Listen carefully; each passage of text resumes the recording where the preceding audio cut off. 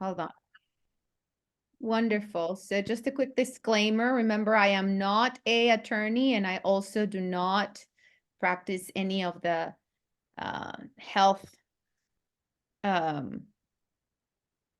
sciences. I'm not a nurse. I'm not a doctor. I'm a consultant, and I am also an OSHA and CALOSHA authorized trainer. So what I want to share with you today is the actual Workplace Violence Prevention Senate Bill 553. Okay. So what I'm going to do is try and get this thing to play from the start. For some reason, you guys were looking at something different. I want to share my screen now. Okay, so how about now, Annie? Can you see the beginning? Yeah, it's the title page of your PowerPoint. Nice. You gave me a chance to correct the Senate Bill 553. All right. So it's been in place since December 2023, but we have a deadline coming up in July 1st, 2024. So write it down. By then, you should have a written program that states how you're going to do workplace violence prevention at your places of employment and training. You must have provided training to your employees. So my learning objectives today is pointing out that difference because some of you already have a work violence prevention program that is related to your healthcare setting. And that is Title 8 California Code of Regulations 3342. And some of you have a very sturdy, good program. And I say some of you because I've seen some of your programs and I've had some questions in that regards. More than anything, the most frequent question for our healthcare is reporting requirements, right? And the next one is enumerating requirements for the incident log. Yes, ladies and gentlemen, we now have an extra OSHA log to fill out, just in case you did not want another form. This is required by CalOSHA, so be ready to provide with this log when they come on board and do an inspection on your site, and normally they give you a document request form. And because this is a new requirement, they will most likely ask you for your workplace violence incident log.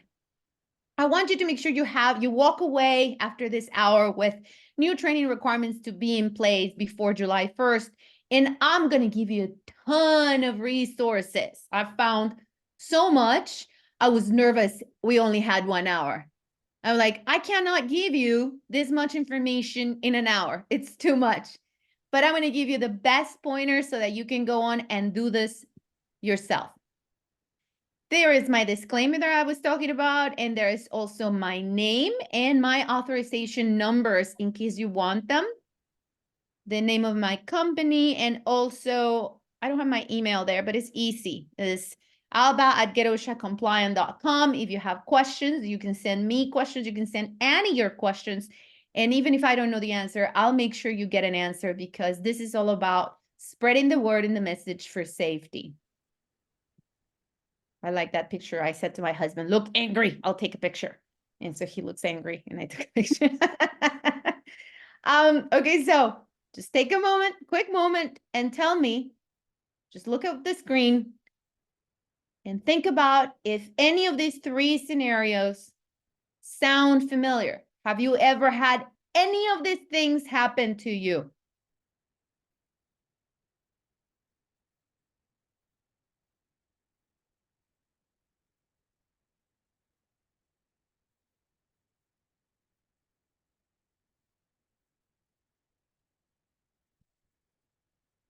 Yeah, so I like the comments.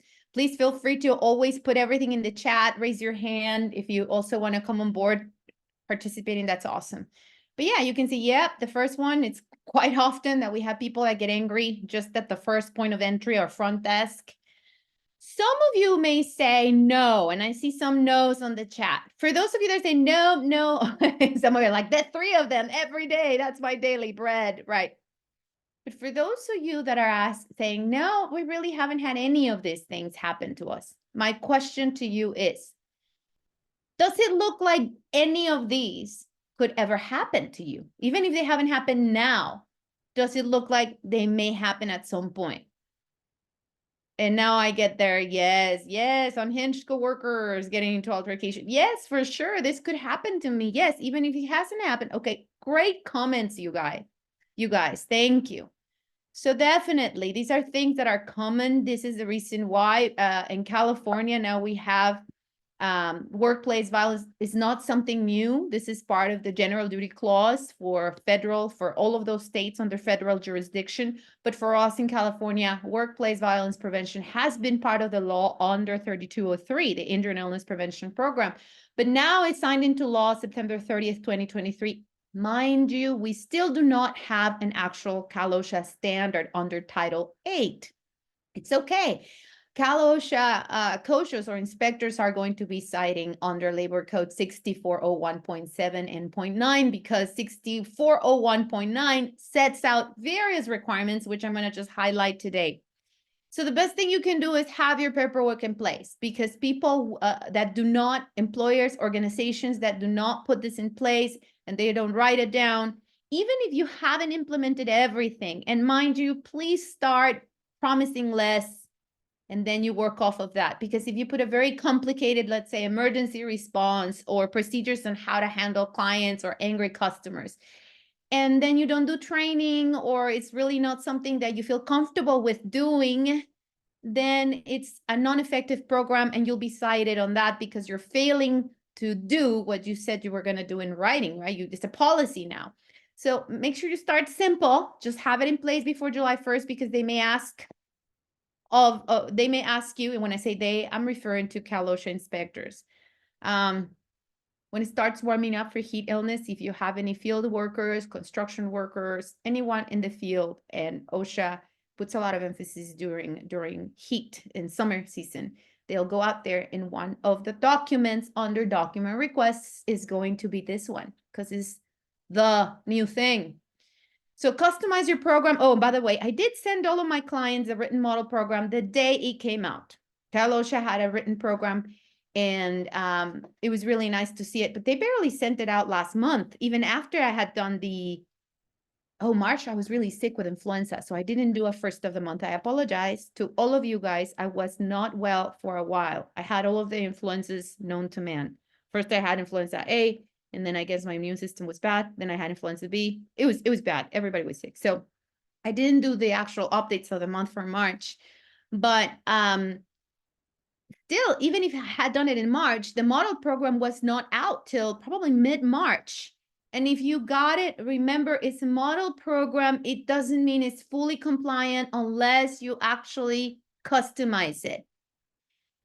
So we had in 2022, which is the most recent statistic, we had 504 total fatal injuries in the state of California. So these are not non-fatal, just fatal work injuries. So that's a lot. We used to be in the low 400s, in the 360s, like one person a day kind of thing. And now we're up to 504.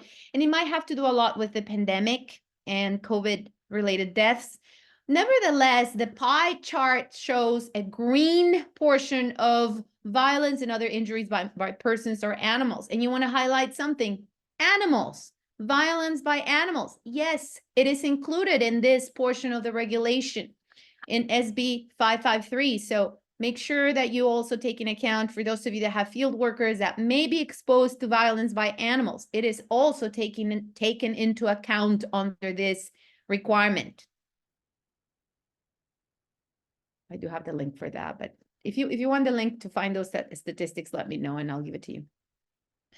There's some very, very important definitions. If you've been with me before and you've seen these webinars, I am so big on definitions. For every single Title 8 standard, I will tell you, please go ahead and review the definitions because what you may think is serious injury or illness may not be under the regulation.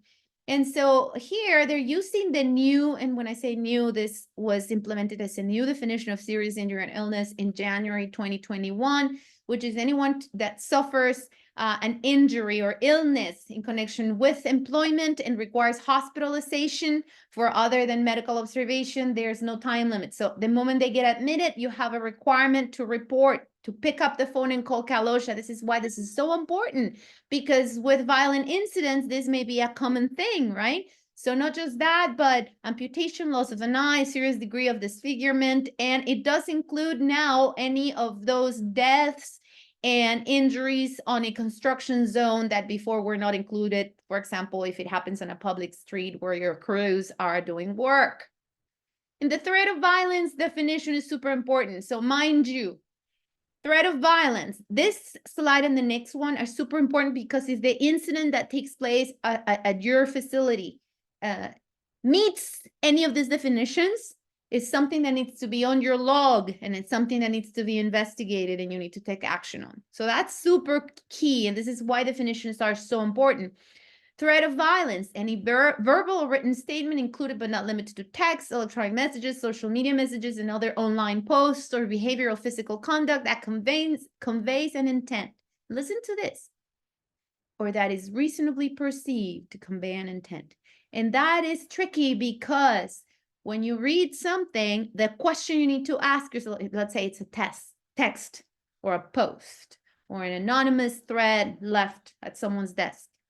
You have to take a look at that and say, okay, well, to me, this reads like blah, blah, blah. But how does it read to the person this is directed to? What is his or her perception? So that's an interesting term in the regulation definition of threat of violence, which is perception. How is it perceived? That's why it's so broad. And now you have to really take a step back and say, okay, so an employee brought a concern about some social media comments being made about such and such employee. And she's bringing it to me because this is not social media related to the company. This is outside of our organization. This is personal accounts. And she brought to me the concern because there's some bullying going on directed towards this person. How is that person going to perceive these attacks, right? Is it a threat of violence? Yes. So now, well, boom, it met the definition. We move on to investigation of this concern, right? Perfect. And if there's any questions along the way, please do let me know. Next definition, super important. What is workplace violence, right? And when you say what is workplace violence, Annie, I think I have some more people in the waiting room. My admitting button disappeared. Please. Yeah, I think he's having trouble connecting. Oh, okay. Workplace violence, any act of violence or threat of violence that occurs. So basically something that is an act of violence or even a threat, right? And then it's it includes, and there is a distinction, two different types of workplace violence. One is a threat of or the use of physical force. Regardless of whether or not an employee gets hurt or injured, if the incident meets this definition, boom, you got to take action. The next one is an incident involving a threat or use of firearm or other dangerous weapons. So it could be a pencil, right? That they use as a weapon. Okay, so it meets the definition of workplace violence. It needs to be, you need to take action, investigate it, and dealt with. And then after they have defined what workplace violence is, and they make sure that they tell you, hey, it's either physical force or the threat, and it's also the threat or the use of a firearm or a dangerous weapon, regardless of whether or not the person is injured.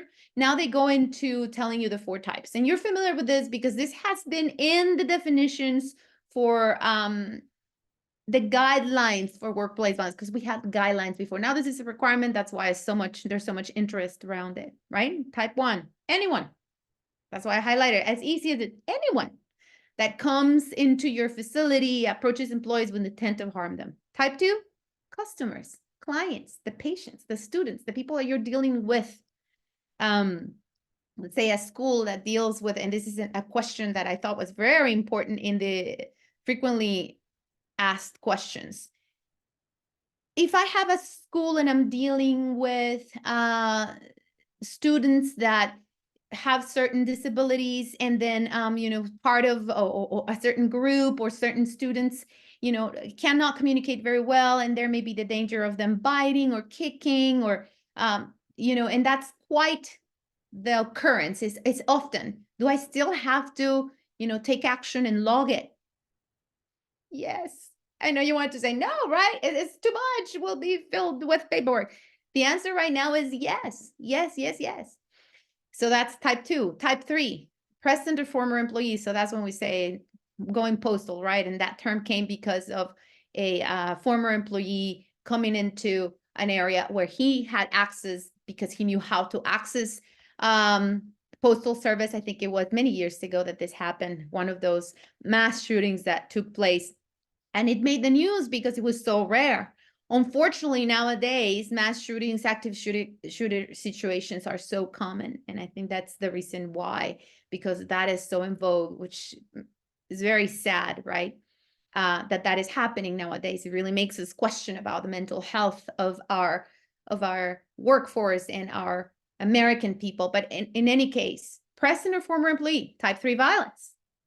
Type 4 violence, workplace violence committed in the workplace by a person who does not work there, but has or is known to have had a personal. Okay, so now relationship. This one is tricky and it'll bring you a lot of work and headache, but hey, might as well just get the work done now. This has to do with a lot of domestic violence that spills into the workplace. And yes, if by an employee bringing this to your attention, hey, I'm having an issue with my former boyfriend or my ex-boyfriend or my husband, and he's threatened to hurt me and he knows where I work. So we have to, during training, that's why we describe what type 1, type 2, type 3, and type 4 violence is, so that employees willingly bring this information, because there's been so many reports into statistics of people that, or homicides that occur at work because of a relationship with that employee. And most of the time, it's all domestic violence spilled onto the workplace. And of course, workplace violence does not include lawful acts of self-defense or defense to others. And there's more questions in that regard. Some of you have asked me, so does that mean it is okay to train our employees in regards to self-defense? Okay. In the healthcare 3342, there is an actual requirement for you to designate people with the ability to diffuse and to actually be able to control those situations. So you would want to have a program, a training program that includes self-defense, etc.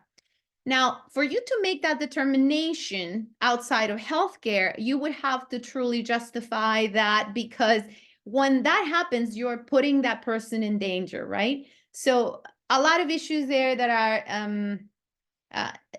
touchy, and I do not want to say yes or no. It is really up to you. The regulation right now, the Senate bill as it is not prohibiting you from doing that. But nevertheless, I do advise that you make an actual you do take steps to analyze why there would be a need for that. I mean, do you have security guards?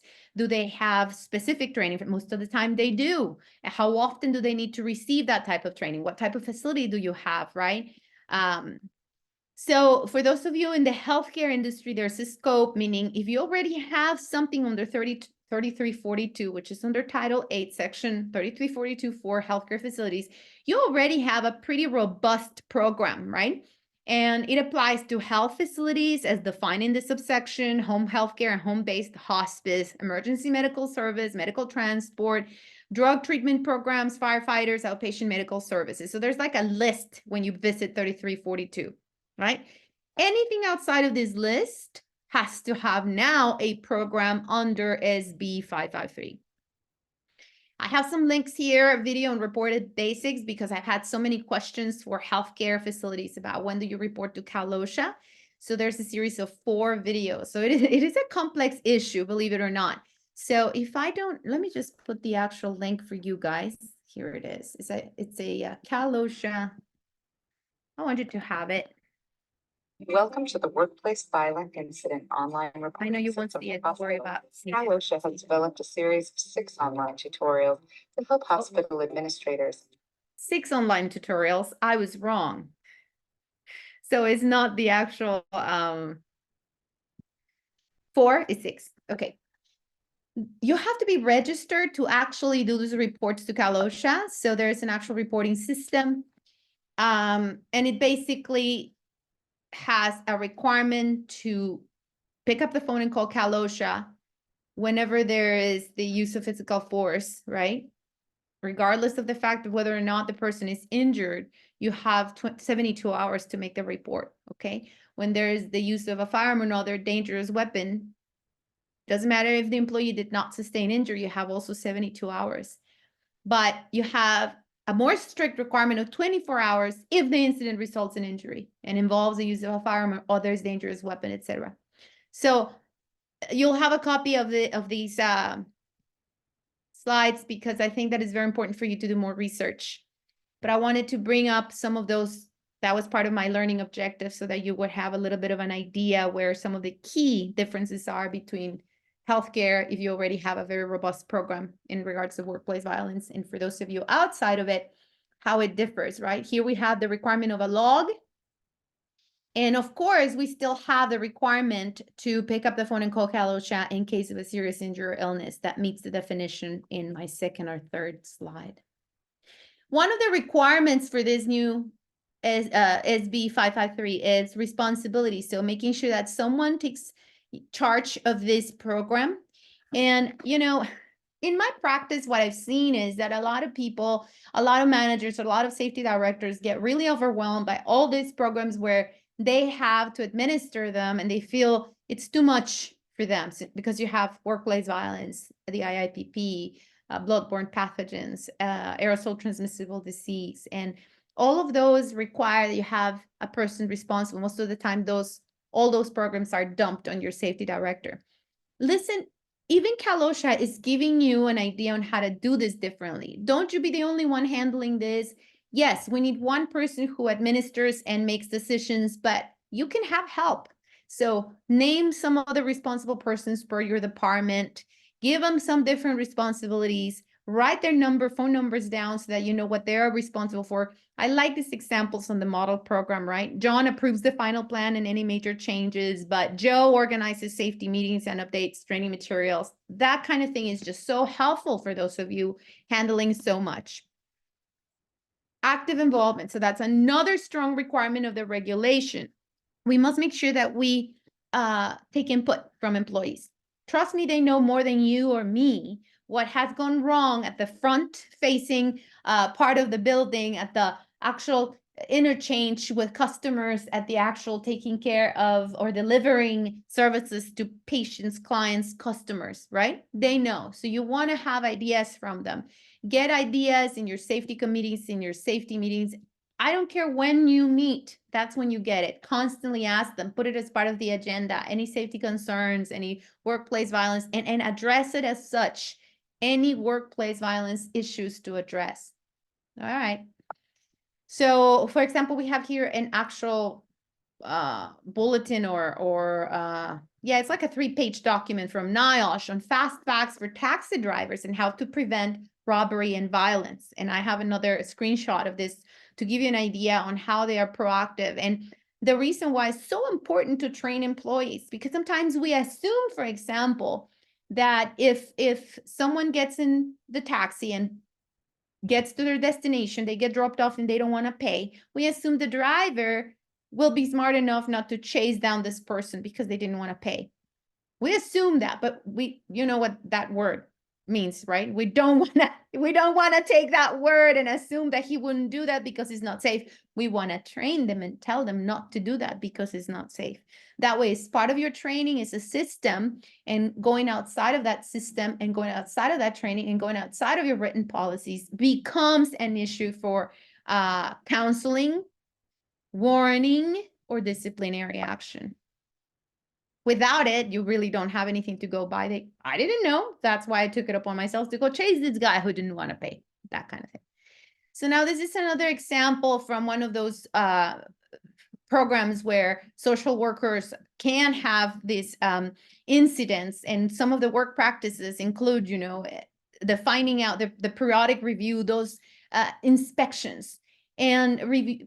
One of the things that you would want to do to get involvement is ask questions from the workers. And I love these questions. What daily activities is any exposure to the greatest risk of violence? And they'll say, oh, well, you know, once I get to the house, I want to do I want to deliver the equipment to the clients right by the entry, but many times they want me to come in. I don't feel, you know, I wish I could have something in writing that says that there's policy just to do the delivery by the door. Whatever they may tell you, it really highlights those things that they're not comfortable with, right?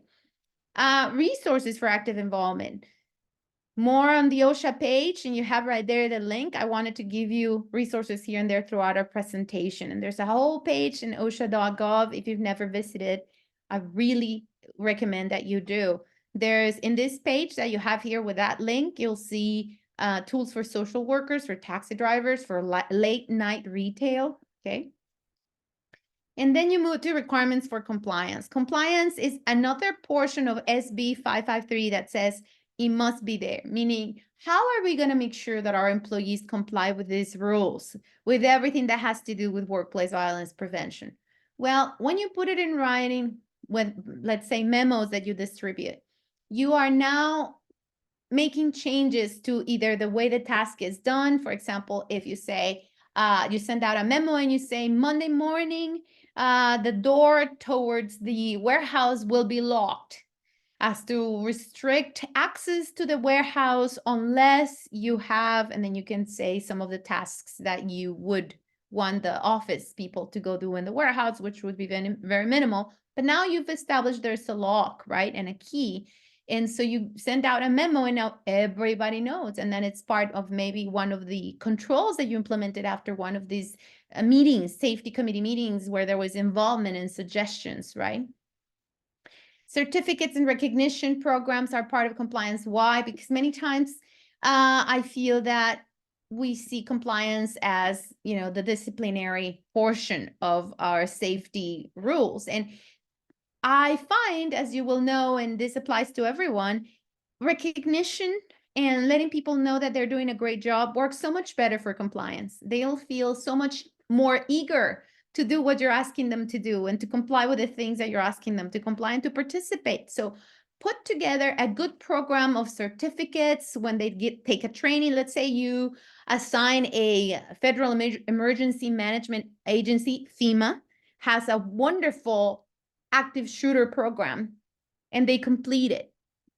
Set a date for recognition of those workers that complete the course. Set out a certificate program, right? So that they feel that recognition. And of course, the rest, you know, disciplinary action training program. Those are ideas on how you can do compliance, and also mandating attendance to certain things that will allow for you to distribute these rules and the knowledge about your program. Another one of those requirements is communication. How are you going to do communication? Well, you have to add this workplace violence portion of California requirements to your new worker orientation. And as you know, I have been so big onto highlighting the fact of temp workers, the dual employer issue. So if you have workers that come from an agency, make sure that you provide training in regards to your policy. It's very, very rare that you have an agreement where the training is provided by the temp agency. So you gotta, they're yours. Once they're stepping a foot in your facility, please train them in regards to workplace violence as well. And I will tackle some of these questions as I go. There's a lot, Simone, in regards to how would this regulation apply for workers facing violence in the field, for example, transients who are violent due to mental illness or drugs, alcohol, etc.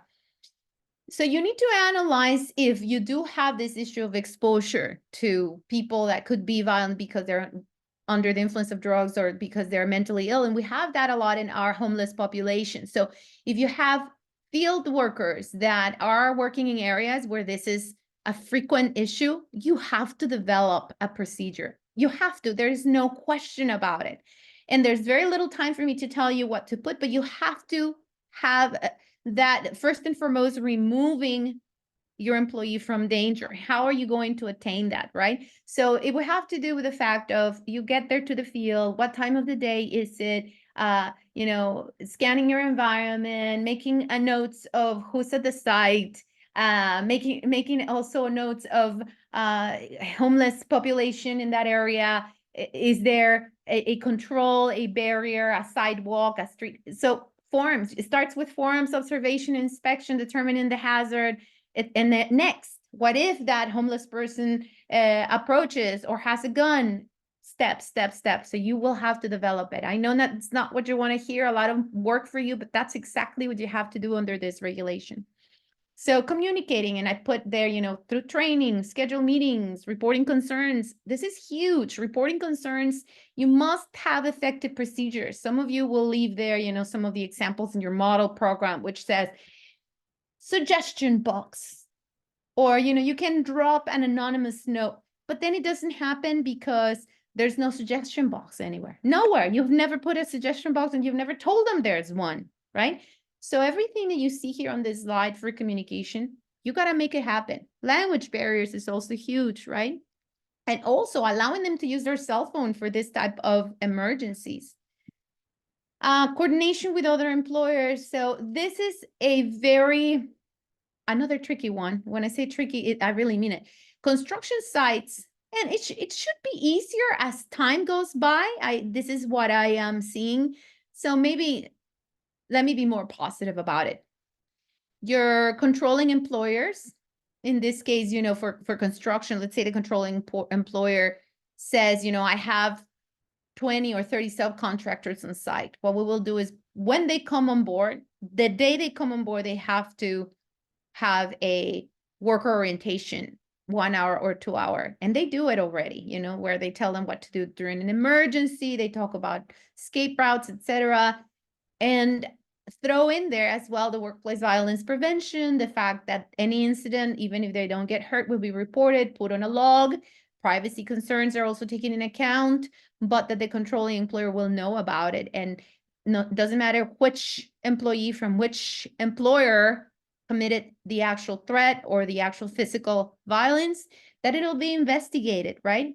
And that there will be communication between employers. So that has to be in your plan. How are you going to do this? Especially for those construction companies, we have to have something in writing that says how you're making it happen.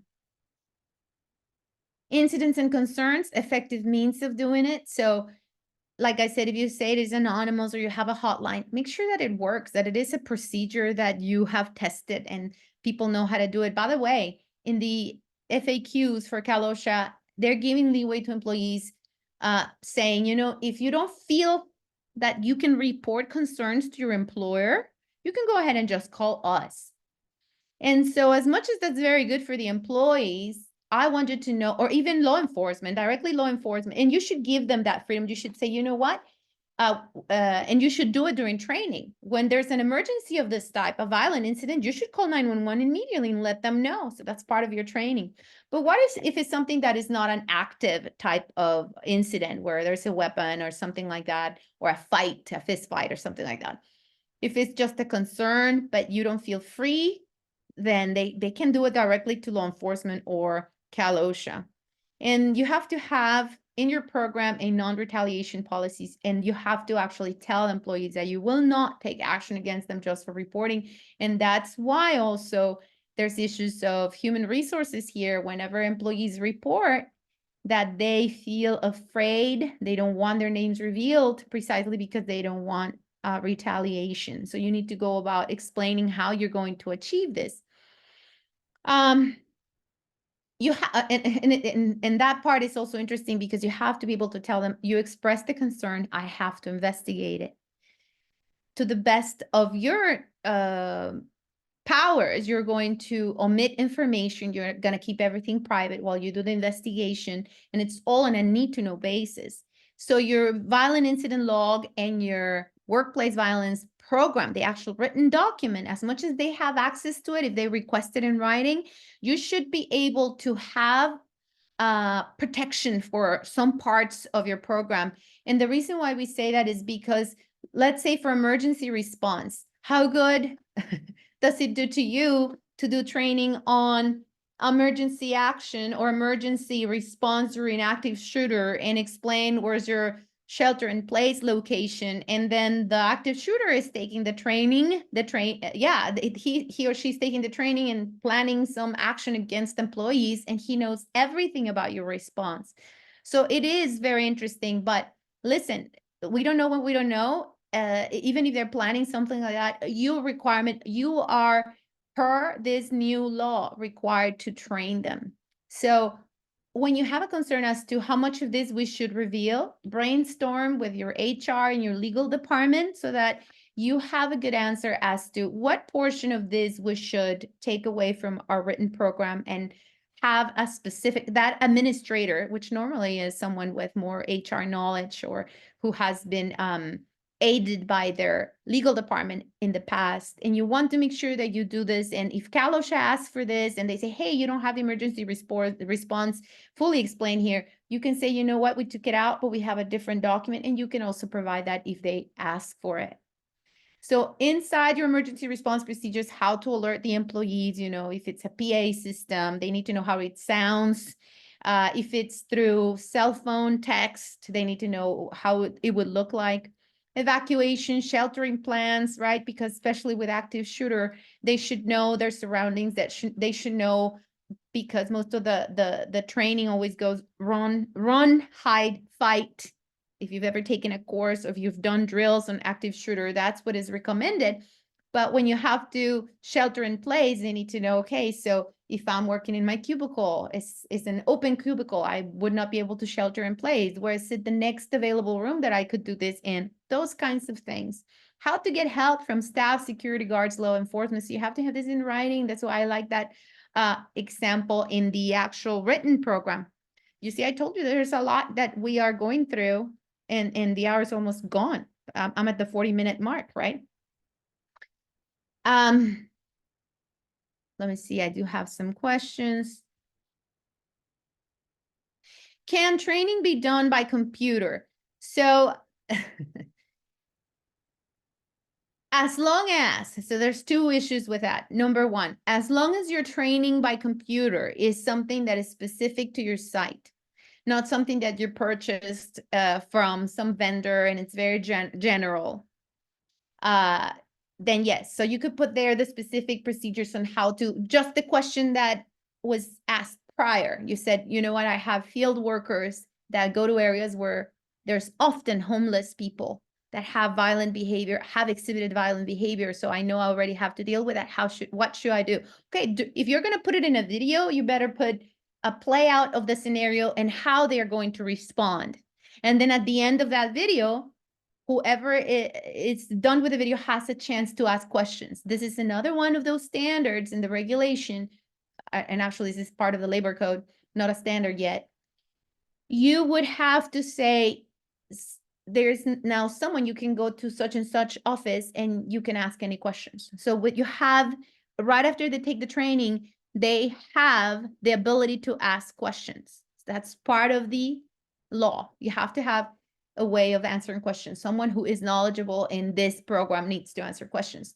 And are security guards at the place of employment covered by this standard? Absolutely, absolutely. And remember, security guards many times are part of an employment agency. They send it to you. They have to have full knowledge of your own workplace violence program, training, etc. Awesome. And then I have here more. Okay, so if working in construction, should there be a different threat level if someone threatens someone with a tool such as a hammer, a staple gun? Wow.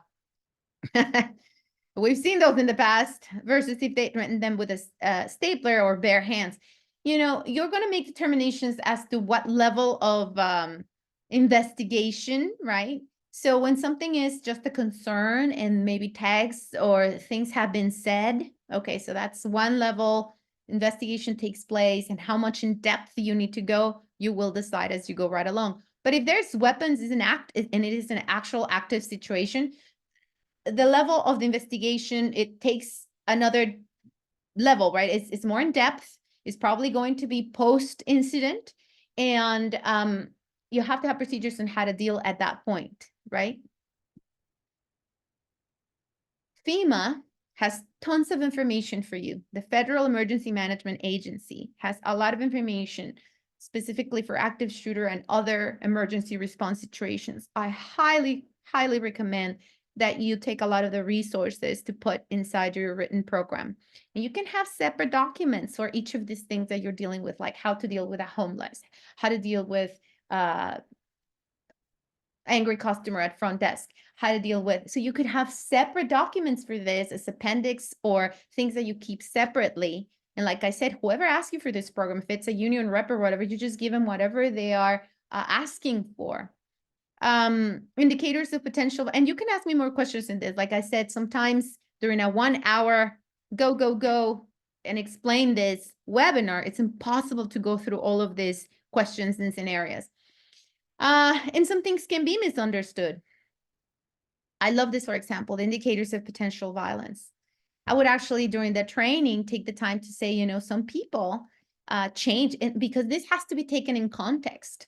A lot of the times when people are affected, let's say domestic violence is spilling into the workplace, and you notice changes in behavior, and this person used to be very clean, and he or she always smelled good and was a happy person. All of a sudden, he or she doesn't shower, looks and acts very depressed, has explosive outbursts of anger, or says that people are out to get him or her. So many times we dismiss these things because we don't have training. No one has taken the time to talk to us about, hey, when these things happen, report it immediately. We want to hear your concerns, especially after we train just with this indicators of potential violence. And you can take it into context and say, she wasn't like this before. Just last month, she was a different person. Boom. But if you don't have the training, if you don't provide the training, that employee is not empowered to say something. And now you can see the importance of this customization, because this, what you have right now on your screen, is not part of the reg that you just spend 2 hours reading and you fell asleep, right? It's part of what you're going to do to customize your program. Okay, so there's some links at the bottom of this screen. Another of the requirements is to walk the walk and identify and evaluate what you already have in place. So you have a dark alley next to the entrance, and you ask people to open up your shop at 4 a.m, or the clinic at 5 a.m, and during the winter is very poorly lit. You're evaluating it and changing it. You got to make sure that these things get corrected because it's part of the process. So now that you've identified some of the issues that you've had in the past, and then you are also reviewing what you have in place, you're making correction, right? You're going to develop new procedures. You're always going to have that in mind of removing workers from danger. That comes right back to that question where you guys said, well, I deal with a lot of field work, and in some of these areas, not all of my field workers, but I do have pockets of the areas that we go where there's a lot of homeless. So the first thing is, removing these workers from danger. So how can we, and you're like, well, then I wouldn't have work, right? So working with the city, making, these notices to law enforcement and saying, when we're there, we only need 2 hours in the morning. Can we do something to actually have law enforcement there so that I can do the work safely? That's a great idea. Fine by me. I would love to see field work in that area where there's a ton of homeless, but I have law enforcement present while my workers do their 2-hour task. Does that make sense, everyone? Oh, I put this one here as one of the resources I like because, for example, during training, I want you to be creative, and I want you to take a look at some of the things available to you, because active shooter situations are so in vogue and they can happen anywhere. Discussing things such as this suspicious persons. What's a suspicion person? Let's say you have an employee that was let go a month ago, and now you see him on your grounds. You see him at your facility, and he looks weird, and he looks like he's wearing an oversized hoodie, and he's blading or billowing. What the heck is that? Well, those are terms that are used whenever someone is yielding a weapon. They blade, they kind of go on the side as they're approaching the person, just like in your screen. Have a weapon, they kind of come towards the person they want to hurt by blading their body, making themselves appear thinner so you don't see they have a gun or a weapon. So, these are things that you will be having in your training programs. And like I said, don't just go out there and distribute all of this, just analyze what needs to be known by this crowd, by this group of employees. Maybe different jobs and job tasks require different training, and this is where you're going to customize, right? What do we do when we do, like I said in the middle picture, right? So this person is, I can't see who they are. So what do I do when someone comes in looking like this? I immediately call 911. Immediately, let's say it's just through your door and you have a panic, boom, panic button's activated, or alarm is activated, or you have a code. In smaller businesses, they will say, oh, can I have a glass of water? And they just yell something like that is kind of out of the normal. And the rest of the coworkers know that means someone's at the front desk, which looks kind of iffy, and she can't get on the phone and call 911 right in front of him, because then that would have disastrous results, right? So this discussion becomes something very, very important.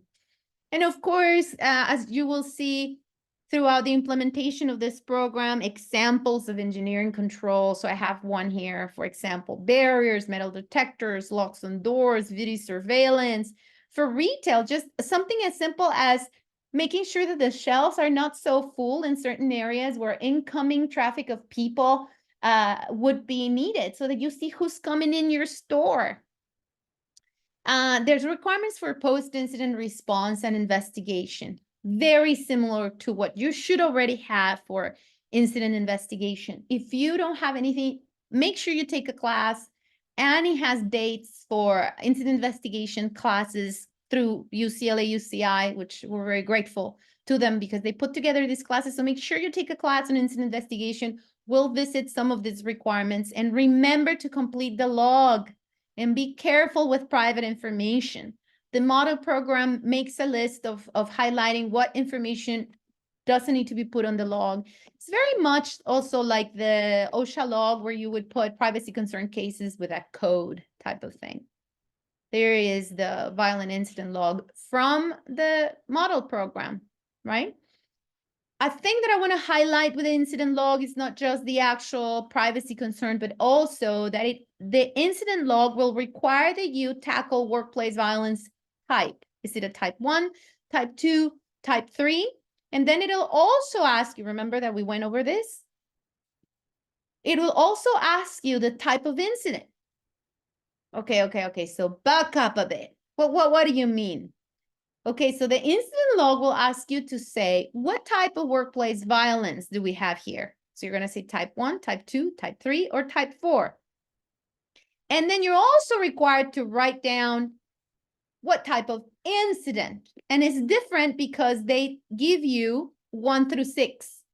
Was this a physical attack without a weapon? Was this an attack with a weapon or object? Was this a threat of physical force? Was this a sexual or attempted type of sexual assault? Was this an animal attack? There it is, the animal attack. So the type of workplace violence means, was it by a client? Who was the perpetrator? And the type of incident relates to what happened. Was it a physical attack, a sexual assault? You see what I mean? And these two things are requirements of the log, because some of you are already making your own forms. That's fine, as long as these things that I'm mentioning are part of your data that is collected. Training and instruction, there's the deadline, and there is a list of things that you have to provide training and instruction.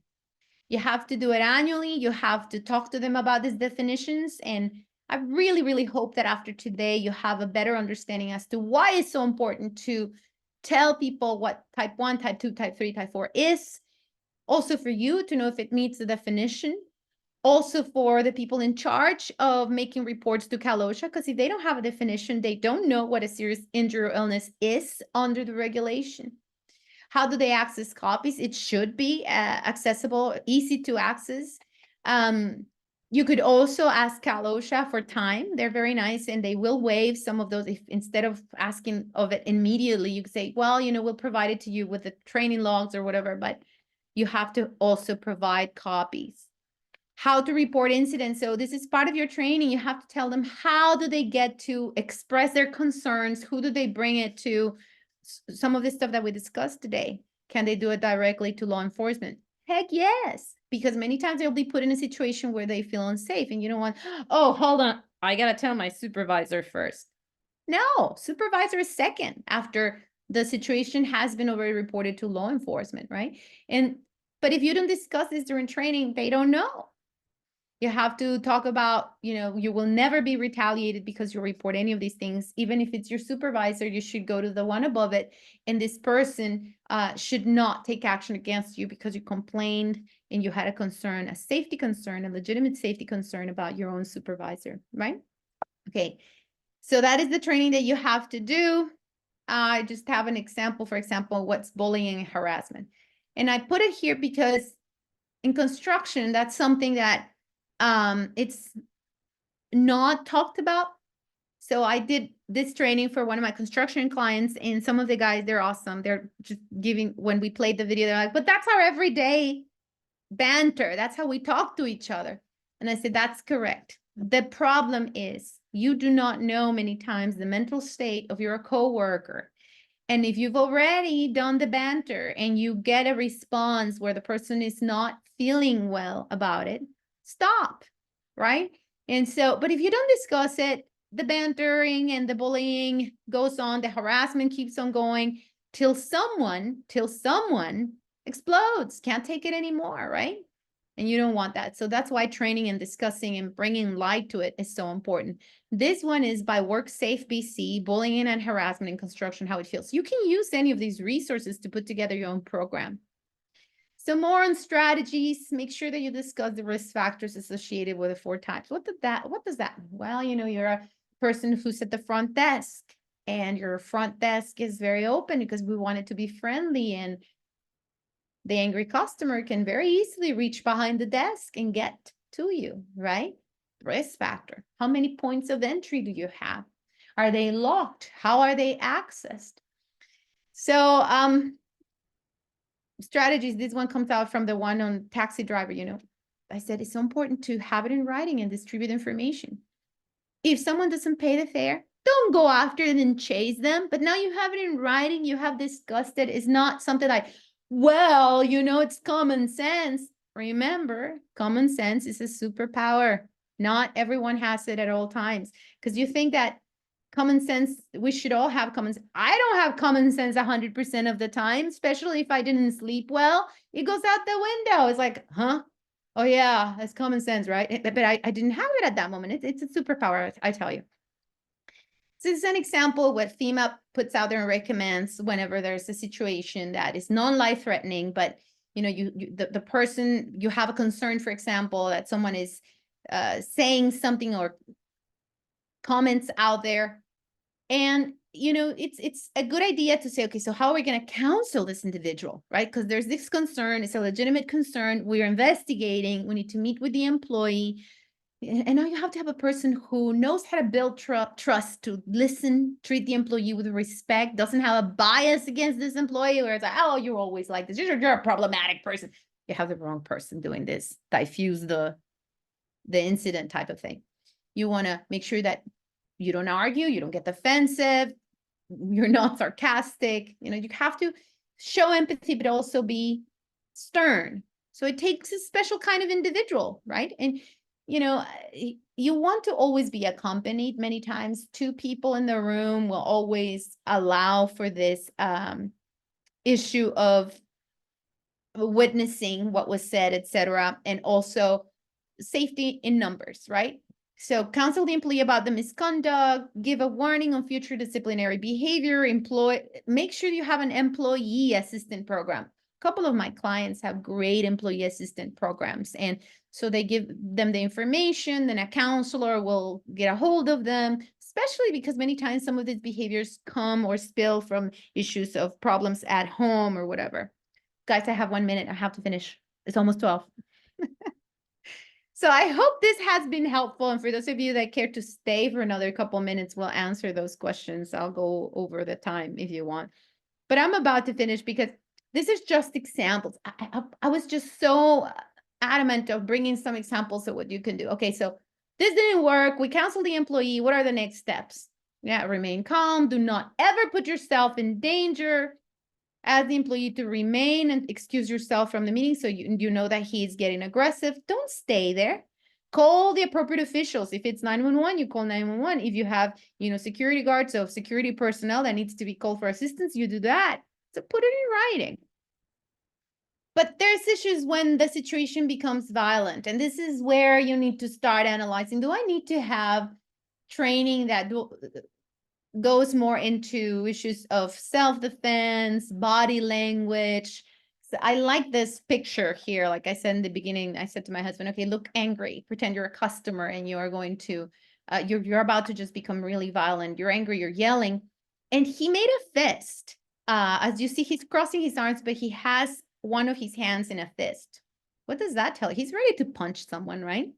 So some of those things with body language are tricky because you have to read in clusters. Many of the experts, there's a book by a former FBI agent, Mr. Navarro, who talks about how difficult it is to to spot a liar. And then he does give you great pointers as to situations that become violent, what to look for, suspicious individuals, how to deal with that. So a lot of research and homework that you will have to do if you know that this is something that could be a threat in your place of employment. Now you have a slide in regards to the requirement for record keeping. And it's crazy that for training records, they just say, oh, I just need you to keep it for a year.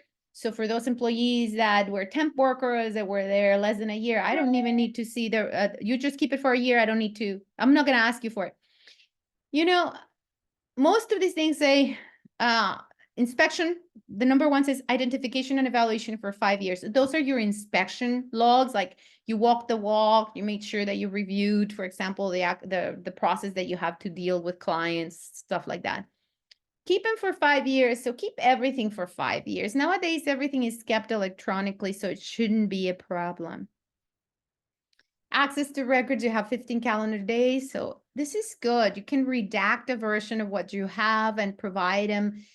You get a chance to review the things that you're providing to employees or union reps, because you have to be very careful as to the privacy concern issues. You have to be very careful. How much do they need to know? What are they seeing? It's better to just give them just what they're asking without revealing more information, right? And always involve your legal department, because if someone is asking records, there's a reason behind it. So your HR department should also, raise that flag and say, okay, let's see, what is it that they're asking, that kind of thing. They can ask for hazard identification, meaning your inspection and correction records. What did you change? How long did it take you to change the lights in the parking lot that were very dark where he or she was assaulted, for example?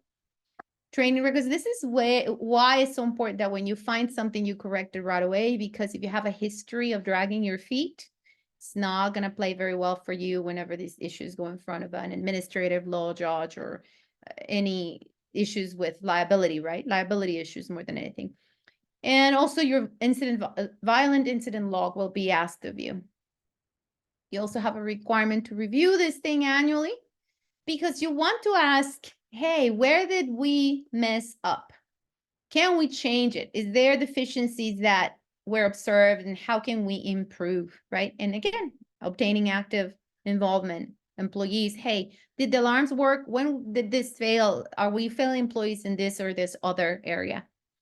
I gave you there a link to find out where's your district office for Cal OSHA so that you can report serious injury or illness, because you still have that. Healthcare, we talked about the 24-hour and 72-hour window.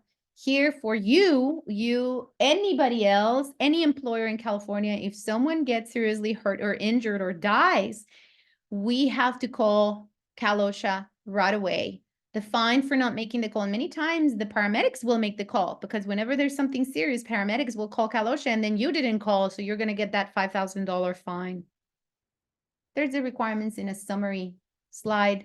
It's a pleasure seeing you. Now I'll tackle some of those questions. And for those of you that are leaving, thank you for your time. I hope this threw light on some of these issues, and I appreciate you being here, and I'll see you next month. Don't forget, this is a free webinar. Spread the word. We want to see more of you. Thank you, Annie. Thank you, Alba. Thank you, everyone, for joining. If you need certificates, please send me an email. I'll get that out to you by next week. And also, we'll send evaluations. Please fill the evaluations out and send them. The feedback is really important to us. Thank you again, everyone. Have a great weekend. And just last but not least, for those that ask questions, I don't have any more of those heavy duty questions that I can see. I just see one, if it covers Cal OSHA inspectors. Yeah, they're not exempt. Meaning, and I probably would want to know more about how you, or what are the actual concerns here. You mean if they are on site and a violent incident takes place? Well, they should be briefed as to what to do while they're inside your locations or field work where your crews are present. And it usually is the case, because they get ready and they make sure that they have the appropriate personal protective equipment and that they know where they're going and emergency response, all of that. So Yeah, well, they're on your site, you know, they have to know how to respond, emergency response.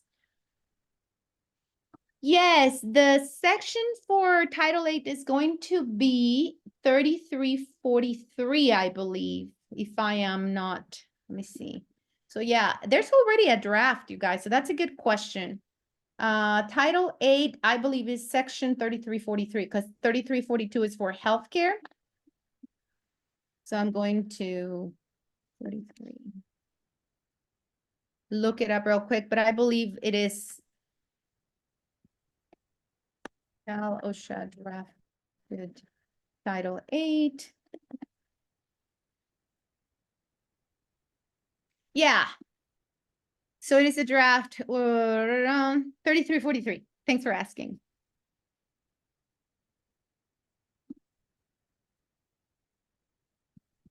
I'm gonna actually give you the link. How about that? I'm going to go to the actual chat and put the link to that draft copy of the regulation. Blah, blah, blah. Chat. Oh, hold on, not direct message here, but to everyone. Okay, so to everyone, I have there the actual link to the drafted version of this new regulation. Anything else? How about visitors? Yes, Marlene, you have to make sure that you have a policy on how to handle visitors that become or have issues of becoming violent. We all have visitors, so oh, the visitors, should they be briefed or trained on what to do? I wouldn't say that would take so much work. So what you want to do is include in your policies, what do you do during an emergency if there are visitors present? So most of the time, what happens is the person, the head of that department, would actually take charge and say, okay, all those of you visitors or clients, or he would take charge and say, you know, follow me, let's evacuate this way. So he has to do a sweep. A lot of you in your emergency action plans have designated personnel. Many of the times that I've seen your plans is heads of department who will take charge, make sure everyone evacuates, and they assign personnel to just open the door in the bathrooms, check no one's in the bathroom, sort of like that. So you deal with the visitors as the emergency hits, or depending on what your facility is all about, you may have to post things in case of an emergency here, and you do it for everyone that comes in. But it's just not something that the regulation is putting a requirement for, but it is good to account for them. And how would you do it in case of an emergency? Okay, anybody else? So Annie just posted something about you could get a certificate. Remember, this always gives you CEU. So please, please, please, please get more people to subscribe to this list. What about if there's not review of the procedures to prevent an injury after an incident occur? Do we have to report that to Cal OSHA too? Okay, so the question is a little difficult for me to understand, but anytime an incident occurs and meets the definition of serious injury or illness that Cal OSHA says you need to pick up the phone and call them, and you forget, and it goes beyond the 8 hours, you most likely will get cited. But should you report it? Okay, so this is kind of like, yes, you should pick up the phone and call, even if it's a month later, right? But it's going to bring most likely an inspection and a fine. So it is up to you, right? The answer for me to give you is yes, pick up the phone and call, because that meets the definition of serious injury or illness. You violated the statute by not reporting it within the 8 hours, but do you still have to? Yeah, absolutely. You know what section? Okay, do I have any more questions? I answered this question already. Section of the Title 8. Yes, I said 3343, you guys, and I gave you the link.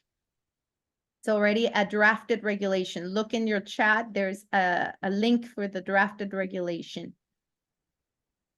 Just a couple of texts. Just a couple of messages up. I'll do it again. Anybody else? Another question? No more questions? I think we're good. Thank you, Alba. Thank you, everyone, for joining. Thank Have a you wonderful so weekend. very much, Annie. Thank you, everyone, for being here today, and we'll see you next month. Bye. Bye.